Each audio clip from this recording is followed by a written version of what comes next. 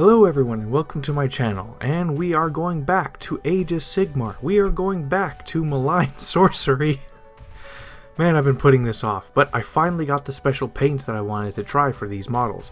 So we got the Purple Sun of Shyish, Prismatic Palisade, and the Burning Head.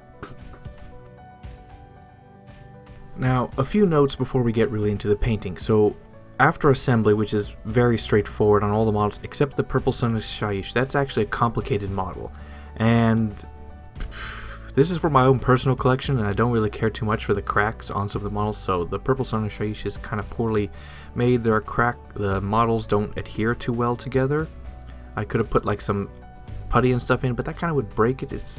I don't know how they would assemble it without having the obvious seams, but... Now, important note, so I'm using Vallejo Shifter paint, and according to the manual, it does best on a glossy black background for primer. So, for the stuff that is not going to be with the shifters, Vallejo shifters, they're going to have a Bright Touch General Purpose Gray Car Primer. So the Burning Head and the ground for the Prismatic Palisade will be gray. Now, I'll be using the Bright Touch General Purpose Black Gloss Car Primer. It doesn't say gloss, but it comes out gloss. On the Purple Sun of Shyish, the base for Purple Sun of Shyish, and the Prismatic Palisade. Alright, I have no idea what I am doing, but we're going to start off with these paints. So I didn't use the one all the way to the left, the Pearl Violet. I used the Old Gold Gray Violet and the Electric Blue Intense Violet. So the paint in the paint bottle itself is very deceptive. Just go by the symbol or the picture on the front, because that's the only thing that actually shows you accurately, surprisingly. So on the paint on the right, Old Gold Gray Violet, I used an airbrush to apply all this stuff, by the way, and applied it all over the Purple Sun of Shyish in the base. And it came out looking brass, golden and stuff, as opposed to what the paint looks like in the bottle. And so I decided to apply a second coat of the Electric Blue Intense Violet all over. And it covered it up and it made it like a purple, the Electric Blue Intense Violet, but I could still see some of the brass gold or the old gold underneath. And it worked pretty well. I mean, the color shifts very well. I don't know how well the camera's going to pick it up because the light source only comes from one direction here. But it went pretty well, actually. I'm quite surprised. Alright, moving on to the Prismatic Palisade. So with the Old Gold Gray Violet, Electric Blue Intense Violet, Orange Violet, Gold Yellow Burnt Orange, and Pearl Violet, I didn't use the Violet Old Copper because I ran out of space.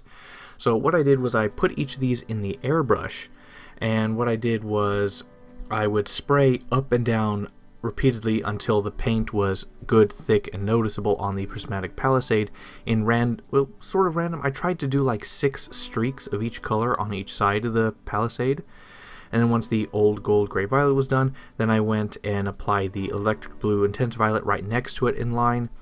Then I did the same thing with the Orange Violet and tried to squeeze it in, as well as the Gold Yellow Burnt Orange, but after applying these 4 colors, like, I could not find any more space.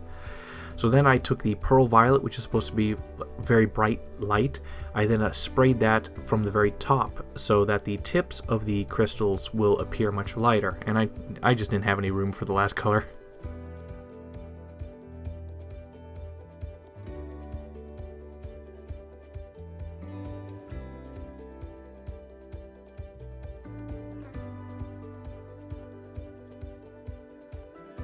Alright, with Thondia Brown, Mournfang Brown, XV88, Dark Reaper, and Dawnstone, we're going to paint the base part of the Prismatic Palisade. Now, we're not going to do anything special, we're not going to do anything fancy, we're just going to do a basic paint job, something simple and easy. So with Thondia Brown, we're going to apply it all over to make the dirt. I made one mistake, so when I assemble the thing, the Palisade doesn't go all the way down to the bottom. So I don't know, I just saved on paint, but that was a bad idea. So paint the inside insert where the Palisade's going to go into as well, just FYI. And then with Mournfang Brown, I just dry brushed the entire thing. And then I did the same thing again, a lighter dry brush with XV88. And then when that was done, I took Dark Reaper and painted every single stone, big and small, with that. And then with Dawnstone, so I wasn't going to go for like big highlights or details, stuff like that, so I was just going to paint the top part of each stone with it, just to add a little highlight in there, and it works out well. This is a very simple basic paint job.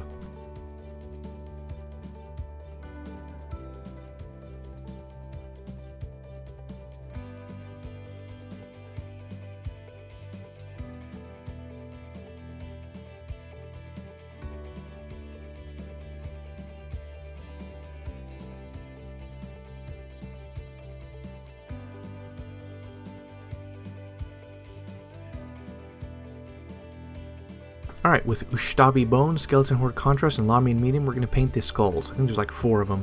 So we're just going to just paint all the skulls with Ushabti Bone all over.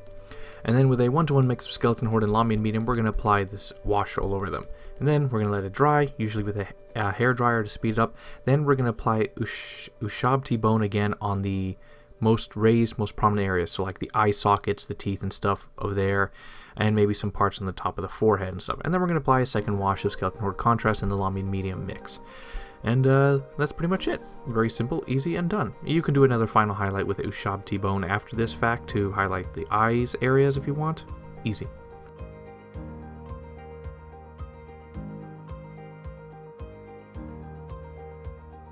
And then I did a full assembly of the model. I just put in model glue in there and just pushed them in. Alright, so now for some regular painting again. With Mephiston Red, Evil Sun Scarlet, Troll Slayer Orange, and Uriel Yellow, we're going to paint the Burning Head. So I'm just going to use the airbrush and paint the whole thing in Mephiston Red, which is a darkish red. Well, not that dark. Then I'm going to do the same thing with Evil Sun Scarlet and spray from an upper raised area down like 45 degree or so, but it kind of mixed together and just lightened the whole thing, so the Mephiston Red was a bit wasted. Then I did the same thing with Troll Slayer Orange, and this was a very subtle color, so you can somewhat see the transition, but meh. Yeah, I keep spraying from an upper raised area just to make it brighter. And then I did Uriel Yellow in the end, and I did it lightly from the most like straight up above, maybe a slight angle down to catch the most prominent areas, but it didn't work out too well. So then I went back with Mephiston Red and sprayed from the bottom, like 45 degrees, and so like it looks lighter looking from above and it's darker looking from down, and it was okay.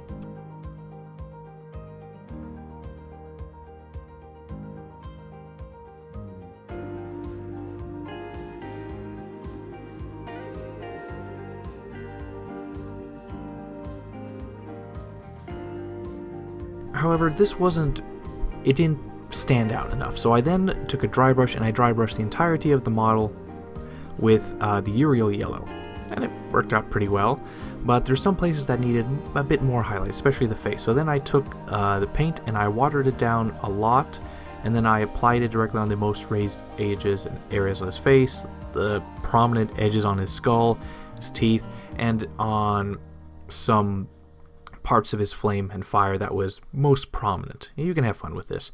And this is also a good point, so I didn't use Lamian Medium with this, and you can see how strong the highlight is, the bold line, instead of Lamian Medium, which would have been much smoother and a better transition, but it's give and take.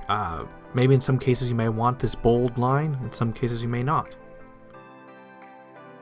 And then with AK Interactive Ultra Matte Varnish, we apply this to the Burning Head and to the ground of the Prismatic Palisade.